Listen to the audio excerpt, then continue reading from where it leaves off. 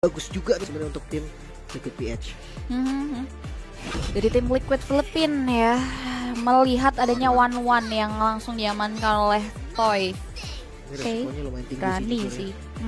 Ada Beleric gitu kan yang Makanya. dari mana Beleric juga kelihatan damage-nya sih yang gua khawatirkan. Tahun ini gua nggak khawatir. 1-1 pasti bisa lompat gitu kan, masih bisa lepas. Battle of Flower ya. Tapi 1-1 memang signature Toy juga sih. Yep. Di MPL juga kita sering lihat 1-1 dari Toy kan. Betul. Itu aktif banget. Terus kayak banyak target yang bisa dipecahin juga. Cuman hati-hati landingnya ya. Karena 1-1 tuh tipis banget. 1-1 Melissa itu base HP-nya memang udah kecil. Kena Death Sonata, wah. Itu hilangnya bisa sekali kena seperempat tuh. Wah, dahsyat juga, makanya harus hati-hati. Nah itu dia nih ya. Oke, semakin mendembarkan dan cukup mencekam nampaknya ya untuk last match kita. Ditutup kembali dengan adanya pola 2-1 untuk RRQ Hoshika atau untuk tim Liquid Philippines. Dan penasaran juga nih apakah Beleric yang diamankan.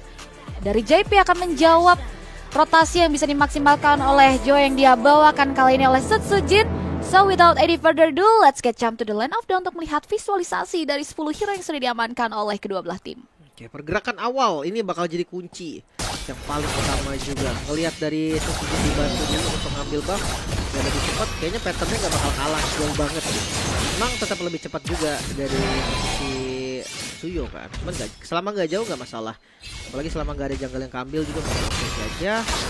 Sementara untuk gold lane sih, gue lebih khawatir karena gold lane-nya ada lihat poke damage karena JP. Revitalize udah berhasil dibuka juga. Dan Rin untungnya masih selamat. Iya, masih nggak trigger apapun ya, nggak ada trigger dari segi battle spell sejauh ini. Dan ya ini jadi same pattern ya, kalau kita bicara early emang fizikalnya main super duper aman. Bahkan, tapi yang gak aman deh, nyerang di area top lane ya, nyaris tumbang di tangan seorang Sunford. Gak kuat ya. Gue pikir Tamus masih bisa loh untuk match up sama Lucas, ternyata gak sekuat itu. Saya mending Yuzong sekalian pukul terus kan dari kendaranya, tapi didorong lagi ke belakang. Secret Hammer JP gak punya Revitalize dan menjadi korban first blood. Keuntungan untuk RRQ Hoshi. Yo, modal awal yang baik nampaknya diamankan oleh RRQ Hoshi, sedangkan di area top lane ada yang sneaky picky mencuri-curi kesempatan untuk setidaknya nge-flat dari gold yang dimiliki oleh Dairan. Sedangkan kalau di area bawah ya ini masih sosok banget lah ya, 1v1 di area bottom lane. Wano juga tipikal yang lincah, bisa menghindari one moment damage yang bisa dimaksimalkan oleh Yuxi. Dan ini dia nih taman bermain dari kedua belah tim. Untuk turtle pertama yang sudah ada beberapa player juga yang nge-tap untuk pantau. Ini gold dan XP-nya bisa dibilang kalah nih untuk RRQ landing awalnya. Tapi ya mungkin di turtle mereka bisa menangin juga. Sunford di level yang keempat gak boleh digabah Setsujin. Akhirnya Electrifying Blade digunakan defensif, namun Retribution Kautenzi yang berhasil dapetin dari turtle yang pertama gak selesai sampai di sana karena Dairan yang masuk di bagian depan belum level 4 dan mau gak mau diversion harus digunakan secara defensif. Wah itu dia ya, resource yang sudah dikumpulkan oleh Sunford membuat akhirnya ada amukan yang bisa dimaksimalkan juga ya dengan distraction dan power dari Retribution yang keluar dari Kautenzi yang membuat akhirnya nggak bisa dioptimalkan juga. 1 tukar 1 memang. Tapi ini masih jadi keuntungan untuk tim Liquid Philippines. Bahkan 0 ya, tadi 0 momen dari RRQ Hoshi. Turtle-nya di counter setup, di steal. Plus dari kill-nya juga diunggulin oleh tim Liquid PH. Akhirnya goldnya mulai ketarik nih. Masih di bawah 1000 sih. Tapi kalau dilihat dari level ya Kautenzi udah unggul. Terus teman-teman lainnya tuh, itu yang bakal menjadi masalah. Kita tadi nggak ngelihat untuk Toy yang unggul dari landing. Emang susah lawan Granger kan. Makanya gue bilang kayak harus banget waspada lah. Iya, apalagi ini belum ada rotasi yang signifikan banget ya sebelah di area bawah. Dan diversion moment sudah mulai dibuka, mengarah ke area satu rumput penting dan mengunci satu pemain Sunford. Nampaknya akan menjadi makanan empuk dari pemain-pemain RRQ Hoshi. Hilang sudah sosok Sunford. Dan nampaknya tim RRQ Hoshi bakal coba untuk memaksimalkan kekosongan di area top lane dan mundur kembali menjadi jawaban yang wise untuk RRQ. Bahkan Toy pun sadar nih, kayaknya udah pada nggak ada di map kan. Dia harus benar-benar jaga posisinya. Bisa banget ditabrak oleh Kautenzi, makanya dia langsung ngambil ke arah turret di bagian depan. Cuma tetap kayaknya bisa ditabrak nih walaupun ada idok gitu kan, tetap harus jaga-jaga. Toy kayaknya lepas udah jadi pilihan terbaik. Namun sudah ada Wrath of the Riot mengincar ke arah idok, masih punya flicker, untungnya idok masih bisa selamat. Masih bisa mundur ya. Dan sedangkan dari tim Liquid mereka coba untuk kembali mundur karena harus mempersiapkan kembali nih serangan karya turtle kedua. Dan di area bottom lane ini yang cukup berdarah-darah banget, Yuji-nya dapetin keunggulan juga dengan kekosongan waktu dari Toy yang harus pulang. Gold diambil habis. Dan Turtle, apakah ini bisa menjadi tolak ukur RRQ Hoshi untuk bisa memulihkan? Walaupun tricky banget sebenarnya untuk Setsujin. Hammer lagi didorong ke bagian belakang, masuk dengan Unleash the Beast, tapi di bagian depan lagi-lagi Retribution Courtesy masih cukup on point. Bahkan Dairon yang coba untuk melakukan zoning out juga sekarang masih bisa diponis.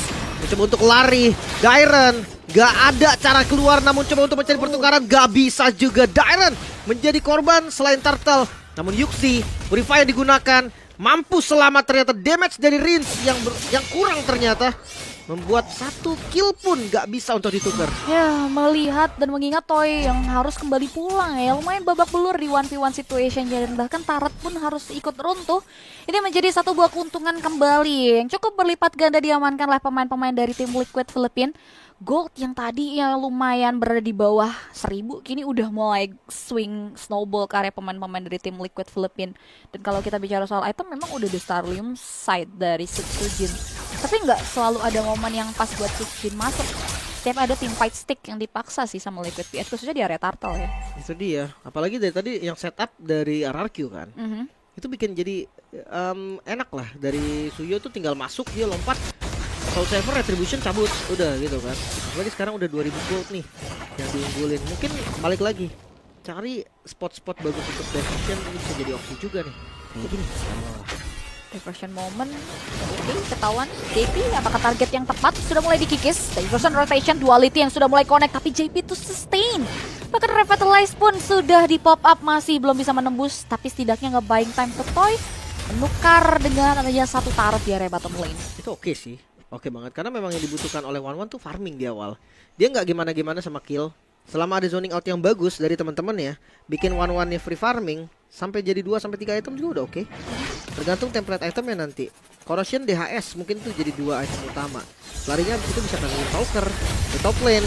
Eternal Guard Setsujin tertangkap, trapping yang dilakukan tim Liquid PH ini mungkin di luar dari ekspektasi Setsujin. Asli sih. Wow, Setsujin hilang di kali pertama beriringan dengan adanya Turtle yang juga kebetulan sudah muncul. Dan harusnya ini kemudian akan menjadi perfect Turtle ya untuk teman-teman dari Liquid Philippines. Nah, emang terlalu dangerous juga kalau mau coba untuk maksain. Ya udah 2 pemain memang di sana. Prince masih belum memunculkan batang hidungnya, sedangkan Sanford ngasih distraction, dan ya konsep pertukarannya juga nggak keluar ya karena switch lane baru mau dilakukan nih dari Toy dari arah batang ke mid lane justru. Perfect Turtle kembali. Tim Liquid PH, mereka lagi memimpin dari segi gold, dari segi level sekarang, namun diversion ke lokasi yang wow, dipaksa sepertinya JP Wrath of the Riot. Untungnya Toy dan juga Dairon masih bisa keluar dari area jangkauannya. Wah, untung juga nggak langsung adanya Eternal Guard yang dibuka ya dari sosok Sanji, yang ngebuat nggak ada follow up dari serangan yang dibuka oleh tim RRQ. Dan ini menjadi keuntungan kembali yang bisa diamankan oleh Liquid Philippines karena gak banyak hal. Satu objektif outer turret diamankan, sedangkan di area mid lane Sanford terserap, ditarik dengan area implosion dan juga Secret Hammer, dibantu dengan ya damage start yang buat akhirnya Sanford tumbang di kali kedua. Setsujin, oke, Retribution dari keduanya yang keluar masih bisa selamat untungnya. Tapi ini farming space lagi untuk di bagian top lane. Toy mendapatkan wave minion lagi. Selama masih gak ada korban, gue rasa game ini masih tenang-tenang aja. Memang gold dipegang oleh tim Liquid PH, tapi selama memang asuransi late game masih unggul, gue rasa masih fine. Ya 2000 konsol terdengar. Oke, Rins terpaksa flicker mundur ke area belakang terlebih dahulu, hanya coba untuk mengancam. Dan masih dinantikan sih permainan laning jauh mungkin yang bisa dimaksimalkan oleh Setsujin di keadaan genting seperti ini, karena udah mulai ada lumayan ada celahnya juga untuk bisa dimaksimalkan. Sedangkan dari tim Liquid Philippines, mereka udah dipaksa harus main disiplin lagi sih, nggak bisa terlalu buru-buru masuk ke area lini pertahanan. Ditambah poinnya juga udah mulai into nih ke setiap fight back yang mau coba diupayakan oleh RRQ Hoshi. Ya, mungkin bisa jadi 3-2. Kalau memang mau 4-1, empatnya ini punya opsi loh untuk 5-5-nya geng ke arah satunya gitu kan. Banyak strategi yang bisa digunakan ketika lu udah pakai Loi. Dan kita juga melihat beberapa kali kill yang dilakukan oleh RRQ juga itu karena diversion. Winter, wow, pilihan yang bagus banget sih. Sanji, in case kalau dia memang kena crossbow tank, Dia pakai Winter ini untuk nahan dan ngelepas kekuatannya. Banyak ancaman ya dari crossbow tank, Sutsujin juga yang masuk. Oke, sudah ada conceal play. Inisiasi ke arah mana karena diversion sudah mulai mengirim toy. Di follow up lagi dengan Eternal Guard untuk mengusir mundur pemain-pemain dari tim RRQ Hoshi. Dan nampaknya siasat dari RRQ Hoshi digagalkan secepat kilat, membuat teman-teman dari RRQ dipaksa untuk mundur kembali secara teratur. Ya, untungnya dari keduanya nggak ada yang buang spell ya. Idok masih dengan flickernya. Dan ngelihat dari posisinya Rins yang belum punya flicker juga harus lebih hati-hati. Midnya mulai dibongkar, tapi lihat posisi dari Idok bagus banget. Itu dia, masih belum ada yang notice. Flicker mengarah ke area Cultist, ditarik dengan Secret Hammer, dibuka dengan Word of Direct yang justru menjadi malah petaka untuk serang Idok yang tumbang begitu saja. Tapi follow up dari Sutsujin buat akhirnya double kill. Berhasil di-secure, looking forward, triple kill bakal diambil dan Maniac diamankan begitu saja oleh sosok Sutsujin. Dan itu dia wipe out yang berhasil diciptakan. What a great sacrifice yang bisa dimaksimalkan oleh seorang Idok. Lord terbuka, turret terbuka, semua terbuka dan langsung ditarik goldnya. Keunggulan 3000 gold dari tim Liquid PH langsung ditarik. RRQ sekarang pegang kendali walaupun masih 1000 gold. Ini akan terus naik karena Lord yang mereka dapatkan. Ini bisa jadi momentum untuk mereka membalikan. Wow, itu nice timing sih. Dengan pengambilan rumput yang manis dan nggak expect posisi dari Sutsujin yang tepat pada sasaran, tepat pada targetnya yang membuat akhirnya tim Liquid secepat membalikan telapak tangan dari RRQ megang kendali. Dari segi keuntungan dan wah di winning condition ini opsi damage dari permainan yang mau dimainkan layarnya sih jadi lebih luas lagi. Ya, dan sekarang Toy juga udah punya item kan. Mereka mau main front to back pun ini terbuka untuk mereka. Lordnya belum enhance juga, jadi nggak usah sampai dipaksakan dapat best turret. Gue rasa masih fine. Dia coba hancurin inner turretnya dulu. Seenggaknya sekarang levelnya Joy-nya udah unggul diversion. Mereka coba untuk ngambil rumput-rumput yang lumayan krusial. Itu dia, ini ya permainan yang semakin luas bisa diupayakan. Oke, tebak dengan adanya Soul Saver yang di pop up. Dapatkah kali ini RRQ Hoshi mengawal perlahan tapi pasti dari Lordnya Sanford terkikis. Dan nampaknya teman-teman dari RRQ Hoshi masih cukup disiplin untuk bisa masuk ke area lini pertahanan.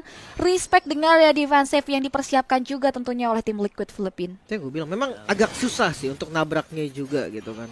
Jadi nggak usah yang terlalu dipaksakan. Seenggaknya sekarang mereka udah punya vision ya. Mereka yang udah pegang temponya, goldnya pun mereka lebih unggul. Jadi kayak untuk chance winning conditionnya lebih terbuka lagi. Gak tau sih Sparkle tergi. Ya, damage dari Suyoyo juga tetap akan sakit ke arah siapapun. Ya, dia ini yang perlu dipertimbangkan ya. Sehingga langkah yang dipilih oleh RRQ juga slow but sure banget. Dan sejauh ini mereka coba untuk menguasai sektor hutan terlebih dahulu. Jadi dari tim Liquid Philippines terpantau flicker terdengar. Dari Rins untuk mundur, defensif manuver, lihat bagaimana JP tumbang menjadi korban pertama, di follow up lagi dengan adanya sayatan dari Rhythm of Joy. Dua pemain down untuk nothing dari RRQ Hoshi. Wow, Rinsnya tadi coba untuk ngebait di bagian depan. Dia menarik perhatian dari Cultist, membuat akhirnya ya emang ngebuang flicker. Tapi di sisi lain, dua yang bisa di pick off JP dan juga Sanford ini bakal menjadi hal positif. Apalagi melihat mereka unggul jumlah. RRQ, mereka mau coba untuk ngedorong untuk Bastard di bagian mid lane. Masuk dengan duality, cukup sakit memang. Membuat akhirnya bisa memukul mundur teman-teman dari tim Liquid PX. Membongkar lagi Bastard di bagian mid lane dan juga bottom lane. Wow, dua base in total bisa ditembus akhirnya oleh teman-teman dari RRQ Hoshi.